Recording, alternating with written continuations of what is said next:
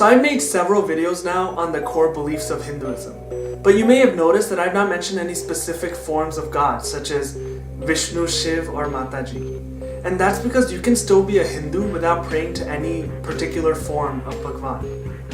But as humans with bodies, it's difficult for us to imagine something that is infinite and without form. When the ancient rishis in India were meditating on God, they encountered many different forms of Him. They wrote down descriptions of these forms and depicted them in images. These images were passed down for millennia and are now known in India and throughout the world. Many in the West see these different images of Bhagwan and falsely assume that Hinduism is polytheistic. But let's be completely clear that there is only one supreme God in Hinduism, and that God is often referred to as Bhagwan. The best analogy for Bhagwan in Hinduism is light. So if you were to take a prism and split light, you would get the many colors that make up the rainbow. In a similar way, if you meditate on Bhagwan, you will encounter his many different forms. Each color on the rainbow can be thought of as a different form of God. And just like there are many different wavelengths of light, many which we cannot even see, there are an infinite number of forms that Bhagwan can take, many of which are not even perceptible to the human mind. Some people might like green and some people might like red. But all those colors are still part of the rainbow. Just like all the different forms of Bhagwan are still Bhagwan. They're not just made up symbols or metaphors, but they're actual forms of Bhagwan that people have encountered through meditation.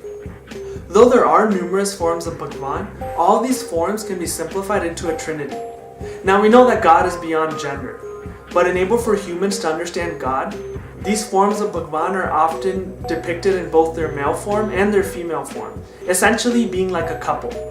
The male forms of the Trinity are Brahma, Vishnu, and Shiv, and their corresponding female forms are Sarasvati, Lakshmi, and Parvati. So any form of Bhagwan that you encounter in Hinduism can essentially be traced back to this Trinity. In Hinduism, the male energy is actually passive, and the female energy is active. So you can think of the male forms of Bhagwan to represent the task, and the female forms of Bhagwan to represent the energy that is needed to complete that task. A convenient way to remember this trinity is with the acronym God, which stands for generator, operator, and dissolver. So God creates the universe, maintains the universe, and then dissolves the universe, and this continues in an infinite cycle of time. Brahma is the generator. He created the universe and life, and then help those organisms evolve into humans. His consort is Sarasvati, and she gives knowledge, music, and arts. Vishnu is the operator. He preserves the universe and helps maintain peace. His consort is Lakshmi, and she gives wealth, prosperity, and nourishment. An interesting role of Vishnu is that he's the form of Bhagwan that takes avatars. An avatar is a reincarnation of Bhagwan on earth to deliver justice and maintain peace. Shiv is the dissolver. He dissolves the universe at the end of times, but in the meantime, he helps dissolve illusion and death.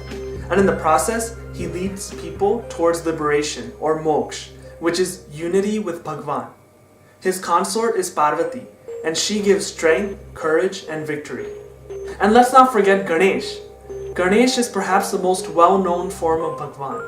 He is the remover of obstacles, and he's the son of Shiv and Parvati. So the Trinity represents the three stages of a universe: creation, preservation, and dissolution. But you can also think about the Trinity as representing stages of our life. So Brahma gives birth to you, and Sarasvati gives you knowledge. As you grow up, Vishnu helps you pursue your goals, and Lakshmi gives you the resources you need to attain these goals.